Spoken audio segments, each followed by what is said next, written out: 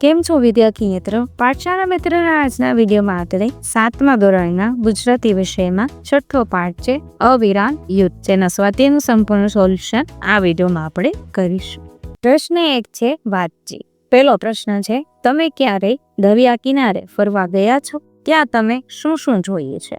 હા, અમે સહપરિવાર દીવના દરિયા કિનારે ફરવા ગયા હતા. ત્યાં અમે દરિયામાં નહાવાની મજા માણી હતી. ત્યાં એક કિલ્લો અને દીવાદાંડી જોઈ હતી. અમે દીવાદાંડી ઉપર જઈને અરબ સાગરનો અદ્ભુત નજારો જોયો હતો. ત્યાં અમે ઊંટ અને ઘોડાની સવારી કરતા લોકો, ખાણીપીણીના વિવિધ સ્ટોર, પાણીમાં ચાલતી સ્પીડ બોટ, પેરાશૂટ ગ્લાઇડિંગ વગેરેની મજા માણતા લોકો, દરિયાના પાણીમાં નહાવાની મજા માણતા લોકો, દરિયામાં નાની મોટી હોડીઓ, દૂર દૂર નાના મોટા વહાણો જોયા હતા. ત્યાર પછી છે પ્રશ્ન નંબર 2. દરિયામાં તોફાન કે વાવાઝોડું આવે ત્યારે શું થાય? કેવું નુકસાન થાય? તો કે દરિયામાં તોફાન કે વાવાઝોડું આવે ત્યારે ઘણા ઊંચા મોજા ઉછળે છે. તે મોજા કિનારાને ખૂબ વેગથી અથડાય છે. એથી ખૂબ મોટા પ્રમાણમાં નુકસાન થાય છે. દરિયાના તોફાનને કારણે દરિયા કિનારાના પ્રદેશોમાં જાનમાલનું ખૂબ જ મોટા પ્રમાણમાં નુકસાન થાય છે. માછીમારો અને દરિયા ફેરુઓની હોડીઓને મોટા પ્રમાણમાં નુકસાન થાય છે. દરિયાકાંઠાના લોકો ઘણીવાર તેમના પરિવારજનો અને તેમજ સંપત્તિ છે એ ગુમાવે છે. પ્રશ્ન 3 છે, તમે કઈ કુદરતી આફતો વિશે જાણો છો?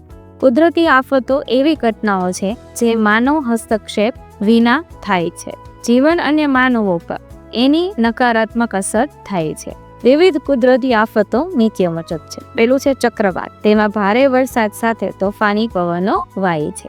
બીજું છે ભૂસ્ખલન. તે સામાન્ય રીતે તીવ્ર અને લાંબા સમય સુધી વરસાદને કારણે થાય છે, જે પાણીથી જમીનને સંતૃપ્ત કરે છે અને ભૂસ્ખલનનું કારણ બને છે. ભૂકંપને કારણે પણ તે થઈ શકે છે. ત્રીજું છે જ્વાળામુખી. મેઘમાં એક પ્રવાહમાં વહીને બહાર આવે છે, જે પૃથ્વીની સપાટી પર પથરાય છે અને તેના માર્ગમાં દરેક વસ્તુને બાળી નાખે છે. ચોથું છે હિમવર્ષા. તેમાં બરફના કરા સાથે ભારે વરસાદ પડે છે. દાવાનળ છે. ભારે દુષ્કાળના સમયમાં સ્વયંભૂ રીતે સૂકા ઝાડ ઝાકરામાં આગ લાવી છે અને સમગ્ર જંગલમાં ફેલાય છે. ત્યાર પછી છે પૂર. ભારેથી અતિ ભારે વરસાદ થવાથી નદીઓમાં પૂર આવે છે. પૂરને કારણે પણ ઘણી તારાજી સર્જાય છે. સુનામી છે. પાણીની અંદર આવેલા ધરતીકંપને કારણે સુનામી સર્જાય છે અને દરિયાકાંઠે ભારે વિનાશ સર્જાય છે. ત્યાર પછી છે પ્રશ્ન 4, દરિયો તોફાની શાથી બનતો હશે? દરિયા પરના તાપમાનના ફેરફારને કારણે તીવ્ર ચક્રવાત ઉદ્ભવે છે. દરિયાના ગરમ પાણીનું વરાળમાં રૂપાંતર થાય. ગરમ હવા ઉપર જતા નીચે દબાણ થાય. એ દબાણની ખાલી જગ્યા આસપાસની ઠંડી હવા ઝડપથી ધસી આવે. એ પવનની ગતિ સાથે દરિયાઈ તોફાન થાય. આમ દરિયો તોફાની બને. 5મું છે, તમે સુનામી વિશે શું જાણો છો? સુનામી એ જાપાનીઝ શબ્દ છે. સુ એટલે બંદર અને નામી એટલે મોજા.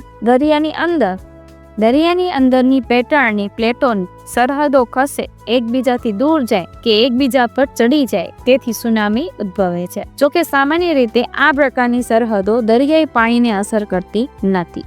સબડક્શન ઝોનમાં ઉદ્ભવતા ભૂકંપને કારણે મોટાભાગની બધી સુનામી ઉદ્ભવી છે. 6મો પ્રશ્ન છે, દીવાદાંડી શા માટે બનાવવામાં આવતી હશે? વહાણો અને આગબોટોને રાત દિવસ જે તે સંદર્ભ સ્થળ દર્શાવી તેમના માર્ગો નક્કી કરવામાં કે આસપાસમાં રહેલા ભયજનક ખડકોના અસ્તિત્વને ચેતવણી આપવા ઊભો કરેલો દીવા સાથેનો મિનાર એટલે દીવાદાંડી. દિવસે દીવાદાંડીના ચોક્કસ પ્રકારના રંગ જોઈને નાવિકને ખ્યાલ આવે છે કે જ્યારે રાતના તેમાંથી ફેંકતા જુદા જુદા રંગના જુદી જુદી તીવ્રતા ધરાવતા પ્રકાશથી સંકેતો મળે છે. દીવાદાંડી શબ્દ વહાણના નાવિકના માર્ગદર્શનના સંદર્ભમાં જ સામાન્ય રીતે છે એ વપરાય છે. ત્યાર પછી છે પ્રશ્ન નંબર 7, વાવાઝોડાના નામ કેવી રીતે પડતા હશે? વાવાઝોડાના નામ બધા દેશો સાથે મળીને નક્કી કરે છે, જેમાં અલગ અલગ નામો પહેલાથી જ આપી દેવાયા હોય છે, જેમ કે ટોર્નેડો, હરિકેન. આ નામકરણ માટે વિવિધ દેશોનું સંગઠન પણ બનાવવામાં આવ્યું છે. દાખલા તરીકે ઈસવીસન 2004માં ભારત, પાકિસ્તાન, બાંગ્લાદેશ, મ્યાનમાર, માલદીવ, શ્રીલંકા, ઓમાન અને થાઈલેન્ડ, આ 8 દેશો જે દરિયા કિનારાની સરહદ ધરાવે છે, તેમની વચ્ચે આ નામકરણ માટે કરાર થયો હતો. ભૂતકાળમાં ઓખી, કટરીના, લીઝા, લેરી, ટોકટે જેવા વાવાઝોડાના નામ છે એ અપાયા હતા. ત્યાર પછી છે પ્રશ્ન નંબર 2. પાઠના આધારે વાક્ય સાચું છે કે ખોટું તે કહો. ખોટું વાક્ય સુધારીને લખો. પેલું છે, છોકરો દરિયાઈ તોફાનમાં ફસાયેલા પિતાને જોઈ રહે છે. ખોટું છે. છોકરો દરિયાઈ તોફાનમાં ફસાયેલા પિતાને જોઈને તેમને બચાવવા જવા ધમપછાડા કરે છે. બીજું છે, કુદરતના બળ સામે માણસનું બળ હારે છે. સાચું છે. દરિયાઈ તોફાનમાંથી બચવા માછીમાર ખૂબ પ્રયત્ન કરે છે. સાચું. કુદરતના બળથી હોડી અને માણસ બંને અલગ થઈ જાય છે. સાચું આવશે. પાંચમું છે, બાપના મોતનું વેર વાળવા છોકરો હોડકું લઈને દરિયામાં જાય છે. છોકરો બાપ દાદાના ધંધાને જાળવી રાખવા હોડકું લઈને દરિયામાં જાય છે. છઠ્ઠું છે, પિતાના મૃત્યુના કારણે છોકરો કુદરતના બળને ધિક્કારે છે. સાચું. પ્રશ્ન 3 છે, નીચેના વાક્યો કોણ કોને ઉદ્દેશીને અને કયા પ્રસંગે બોલે છે તે જણાવો. પેલું છે, માડી. સાચું છે. છોકરો તેની માને કહે છે કે જ્યારે તે છોકરો બાપ દાદાનો ધંધો આગળ વધારવા હોડકામાં બેસી દરિયામાં જાય છે. કેમ દોસ્ત, ઓળખાણ પડે કે? લેખક છોકરાને કહે છે કે જ્યારે તે દરિયામાં જવા પોતાનું હોડકું તૈયાર કરી રહ્યો હોય છે. ત્રીજું છે, લ્યો રામ રામ, સાંજે ફરવા આવશો કે? છોકરો લેખકને કહે છે કે જ્યારે તે ઝપાટા બંધ ચપળતાથી હોડકામાં બેસી દરિયામાં જાય છે. ચોથું છે, વહેલું મોડું સૌને મરવાનું છે ને? છોકરાની માં લેખકને કહે છે કે જ્યારે તેનો દીકરો હોડીમાં બેસી દરિયો ખેડવા આનંદભેર ચાલ્યો જાય છે. પ્રશ્ન 4 છે, આપેલા શબ્દ જૂથોને લાગુ પડતા અ અને બ વિભાગ વહેંચો. જોડી કાર્ય છે. એમાં અમાં આવશે કુદરતનું બળ, નદીમાં પૂરની સ્થિતિ ઊભી થવી, પહાડ ધસી પડવો, ભૂકંપથી મકાન ધરાશયી થવા, જંગલમાં દાવાનળ લાગવા, જ્વાળામુખી ફાટી નીકળવું, દરિયામાં સુનામી આવવું, આંખ હાથ પગનું સર્જન. પછી છે બ માનવનું બળ, ચંદ્ર પર ચંદ્રયાનનું ઉતરવું, કૃત્રિમ માણસ રોબોટ બનાવવો, સોલાર સિસ્ટમ બનાવી, નદી કે દરિયામાંથી વીજળી ઉત્પન્ન કરવું, પાણીના સંગ્રહ માટે ડેમ બાંધવા, અવકાશીય સંશોધન માટે યાન મોકલવું, શરીરમાં કૃત્રિમ અંગો મૂકવા. પ્રશ્ન 5 છે, આપેલા વાક્યમાં તમને જે લાગણી અનુભવાતી હોય તે લખો અને તેના કારણની ચર્ચા કરો. પેલું છે, માણસનું બળ થાક્યું હતું, કુદરતનું બળ વધતું હતું. દયા આવશે. મને હળી કાઢવા દે, હું દોડીને મારા બાપને બચાવી લાવું. મને હળી કાઢવા દો. ફિકર. મનુષ્ય હાર્યો, દરિયો જીત્યો. નિરાશા. મારી પ્રચંડતાને પણ કુછ નહીં ગણનાર આવડો નાનો છોકરો નીકળી. નવાઈ. તે દિવસે એ એવું રડ્યો હશે કે દરિયો પથરાનો હોત તોય પીગળી જાત. દુઃખ. પ્રશ્ન 6, આપેલા શબ્દના નજીકના અર્થ સામે ખરાની ઈશા નીચે આપણે કરવાની છે. ઉદાહરણ આપેલું છે. એમાં પેલો પ્રશ્ન છે, ધૂસર એટલે કે ધૂળના રંગ, અતો એટલે કે અતિ ઊંડું, ચિંતાથી વિચારોથી ગભરાવું, મશગુલ તલ્લી. પ્રશ્ન 7 છે, આપેલા વાક્યોમાંથી રૂઢિપ્રયોગનો અર્થ શોધીને લખો અને નવું વાક્ય છે એ બનાવો. એમાં ઉદાહરણ આપણને આપેલ છે એ મુજબ આપણે આગળ છે એ વાક્ય બનાવવાના છે. પેલું છે, મીટ માંડવી એટલે કે એકી નજરે જોઈ રહ્યો. મા દીકરો પિતાના સંઘર્ષને એકી નજરે જોઈ રહ્યા હતા. આપણે વાક્ય બનાવીએ, પિતાની તબિયત અચાનક બગડતા મીના એમ્બ્યુલન્સ આવવાના રસ્તા તરફ મીટ માંડી રહી હતી. બીજું છે, ઠઠ જામવી એટલે કે ભીડ જામ. એનું વાક્ય થશે, ભાદરવી પૂનમે અંબાજી શક્તિપીઠમાં માતાજીના દર્શનાર્થે ઠઠ જામે છે. ત્રીજું છે, આહવાન કરવું એટલે કે પડકાર ફેંકવું. લક્ષ્મણી ગુફામાં છુપાયેલા મેઘનાદને યુદ્ધ માટે આહવાન કરી. ચોથું છે, નાક વટાઈ જવું એટલે કે આબરૂ જવી. હીરાના વેપારીને ત્યાં થયેલી ચોરીમાં શાંત કાકીનો દીકરો પકડાતા તેમનું નાક છે એ વટાઈ ગયું. પ્રશ્ન 8 છે, નીચેના વાક્યમાં યોગ્ય વિરામ ચિહ્નો છે એ મૂકો. અહીં આપણને એક છે એ 10 વાક્ય આપેલા છે. એ 10 વાક્યમાં છે એમાં યોગ્ય વિરામ ચિહ્ન છે મૂકેલ છે, જે તમે વિડીયોને પોઝ કરી છે એ લખી શકો છો.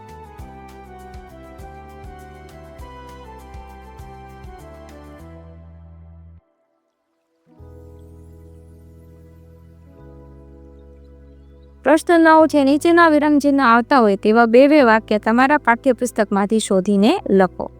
અહીં દરેકના 2 વાક્ય છે એ મેં તમને લખીને આપેલા છે, જે તમે વિડીયોને પોઝ કરીને છે એ લખી શકો છો.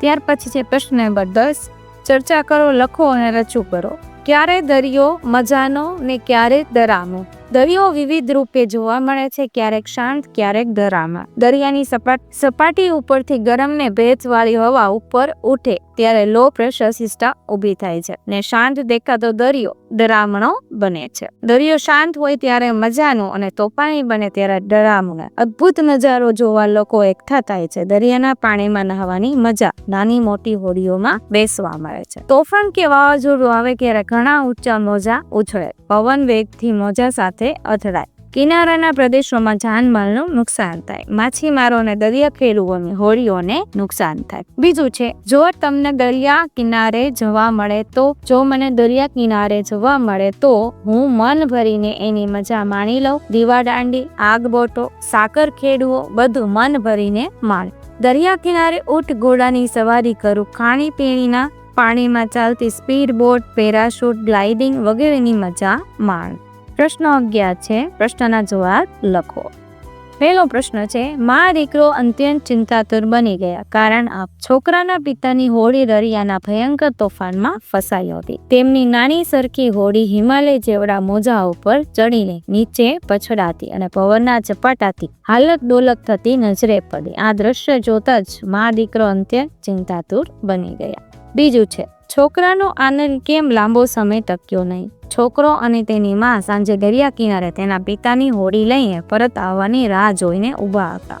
તેમણે દૂર દૂર ઝાંખા અંધકારમાં તેમની નાની હોડી હિમાલય છેવડા મોજામાં અને પવનના ઝપાટાથી હાલક ડોલક થતી નજરે પડી. આ જોઈ છોકરો આનંદિત થઈ કૂદવા લાગ્યો, પરંતુ હોડી ખૂબ દૂર હતી. પવનનો ઝપાટો એટલો આકરો હતો, દરિયાનો વેગ એટલો ભયંકર હતો. ધીરે ધીરે દરિયો વધારે ને વધારે પ્રચંડ બનતો હતો. હોડીની એક ઉપર બીજી પછડાટ ને તરત ત્રીજી, એમ એક પછી એક પરંપરા ચાલીને પવનના એક ઝપાટે હોડીને અને તેના પિતાને જુદા કરી દીધા. અને આ જોઈ છોકરાનો આનંદ જતો રહ્યો.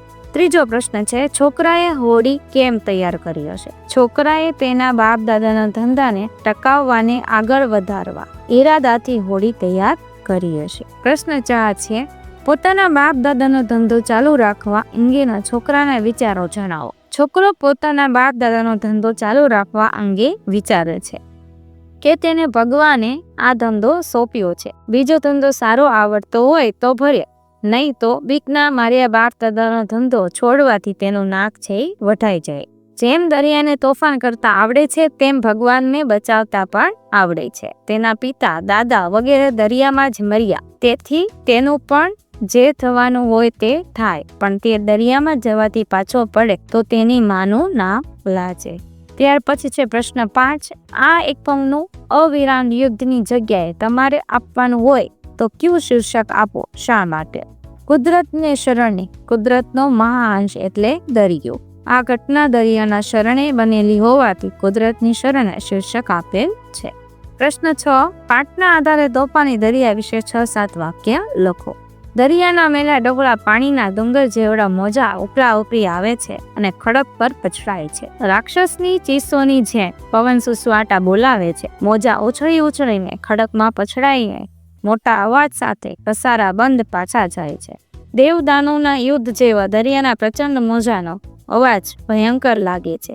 મોજાની એક પછાટ ઉપર બીજી પછાટ ને તરત ત્રીજી, એમ એક પછી એક પછાટની પરંપરા ચાલુ હોય છે. દરિયામાં હિમાલય જેવડા મોજા પર એમ એક પછી એક પછાટની પરંપરા ચાલુ હોય છે.